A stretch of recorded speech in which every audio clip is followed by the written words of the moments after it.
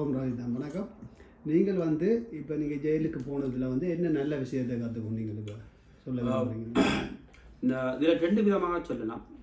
கற்றுக்கொண்டது அல்லது இதுன்ற இப்போ சில விஷயங்களை நான் கற்றுக்கொண்டது என்னென்னு சொன்னால், ஓகே இப்படியான தவறுகளை நான் விட்ட மாதிரியான தவறுகளை இந்த புலம்பெயர்ந்து வாழக்கூடிய நாடுகளில் இருக்கிற எங்கள தமிழர்கள் கூடுதலானவர்கள் இந்த மதுபானங்கள் அதுவர்கள்லாம் கொஞ்சம் அதுக்கு தஞ்சம் அடைஞ்சிருக்கணும், வெளியில் வர முடியாது. ஆனால் என்ன மாதிரியான ஒரு மன உறுதிகளை கொண்டு வந்து இப்படியான சந்தர்ப்பங்களை இப்போ ஜெயிலுக்கு போனாலோ அல்லதுனா உறுதியான ஒரு நோக்கத்தை கொண்டு நாங்கள் அதுலேருந்து வெளியில் வரத்துக்கான சந்தர்ப்பங்கள் இருக்குது. மனசை உறுதிப்படுத்த வேணும். மற்றது நாங்கள் ஒரு சரியான நிலையில் நின்று அதோட மாற்றம் செய்து கொண்டு வரலாம். இப்போ என்னென்னு சொன்னால், இப்போ நாங்கள் அதில் இந்த குடியிலேருந்து வெளியே வரதால நிறைய நன்மைகள் இருக்குது. எங்களோட குடும்பம் நல்லா இருக்கும், நான் நல்லா இருப்பேன், என்ன சுற்றுனவர்கள் தம்பி என்னவர்கள் இருக்கும், மற்ற ரெஸ்பெக்ட்ன்றது இருக்கும்.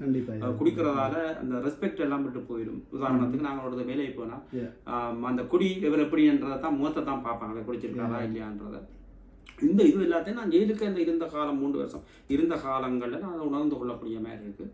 இப்போ நான் வெளியே நல்ல தெளிவாக பலமாக வந்துள்ளேன். நான் இனிமேல் அந்த தவறுகள் நடக்காது, ஏன்னா நடக்கவும் கூடாது. ஏன்னா நிறைய ஃபேன்ஸ்கள் என்ன மதிக்கிறார்கள், அதுக்கு நாங்கள் பின்தொடர்றார்கள். இப்போ சில பேர்கள் இதில் இப்போ நான் திருந்தின மாதிரி இன்னும் ஒரு 5 பேர் திருந்தினாலும் அது ஒரு வெற்றி என்றது தான் நான் நினைத்துக்கொள்கிறேன்.